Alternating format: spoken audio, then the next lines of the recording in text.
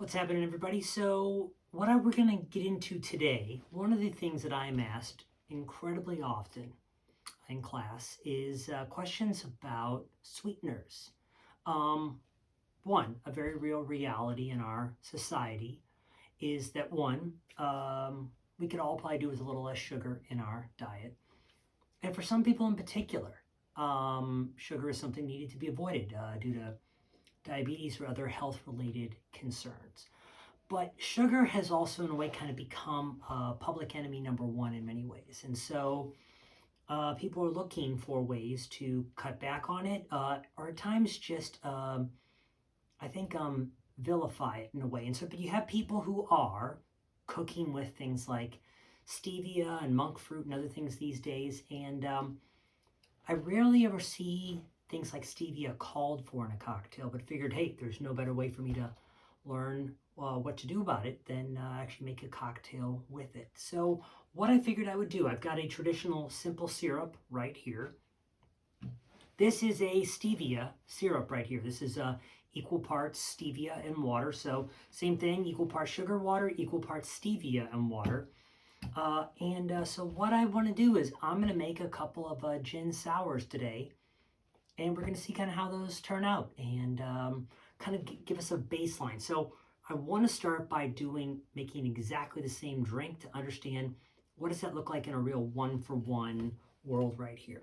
So with that, we'll start out 3/4 of an ounce of stevia syrup in my glass on the left. I do have a concern, which is that stevia syrup,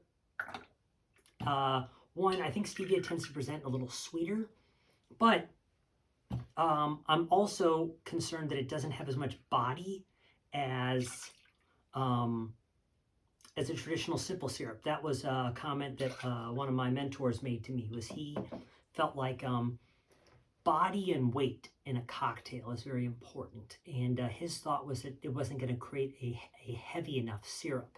And so we're just going to see. We're just going to make equal parts. For the sake of simplicity, of wanting to really be able to detect flavor or not, because I feel like sometimes stevia can have a bit of a flavor too.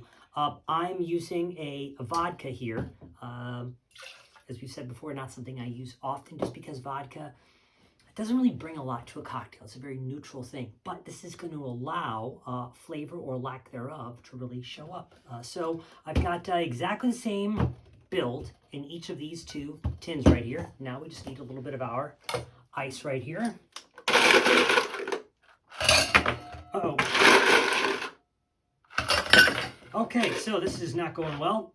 Don't hold the tin. All right, out of the bucket. I'm also working in a new space down here. Trying something a little different in terms of my approach to shooting videos. So there you go. This is what it looks like when you are learning right here. So go ahead and seal these guys up right here.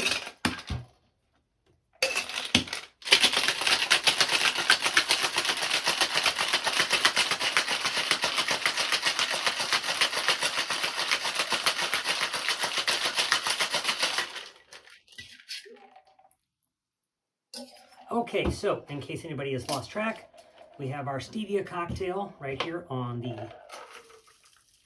left, right? So this is just a little vodka lemon drop cocktail right here.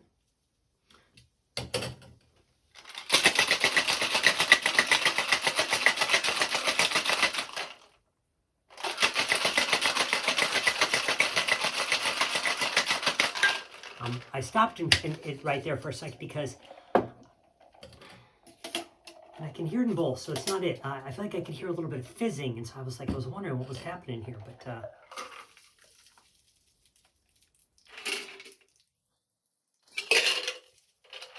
okay, so initially, based on appearance, to get this out of the way right here, initially based on appearance, overall they look, pretty darn similar. This one has a slightly it's a little bit more volume in here. So anyways,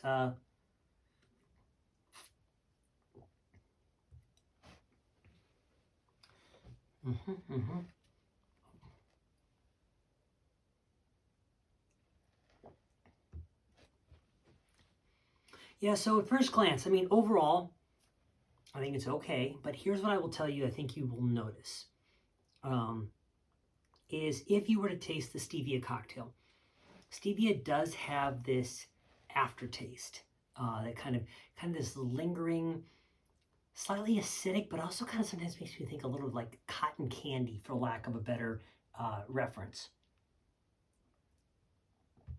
So I feel like initially the cocktail's okay, but then as it begins to fade, there's this kind of acidic, also a little bit in a traditional when you use a mix sometimes there's like a cloying sensation. So I think it's a little less clean on the palate is the first thing I would say. Another thing I do want to talk about. I'm fortunate. I am the son of a dietitian. So I was able to talk about this with my mother. And so a traditional, when she would do meal planning in terms of carbs for people that are counting carbs, one net carb, or I forget the term, one carb, or in her world, is basically 15 grams. And in a typical cocktail, there's going to be just over half of that, so about 9 or so grams of sugar, or 9 grams is 9 grams of carbs. I think is how she would count that. So overall, in the world of having a cocktail, if you're not somebody that has a severe needs to pull back on sugar severely, there really isn't a ton of sugar going into a traditional cocktail from a carb counting standpoint. And so sometimes the other thing you could look at as well is just having fewer cocktails. Not everybody wants to hear that, but there you go. Passable, but I feel like for someone like myself, the aftertaste isn't something I would really want to endure, but it is very workable. This is a functional, flavorful cocktail. So there you are, a couple of vodka lemon drops.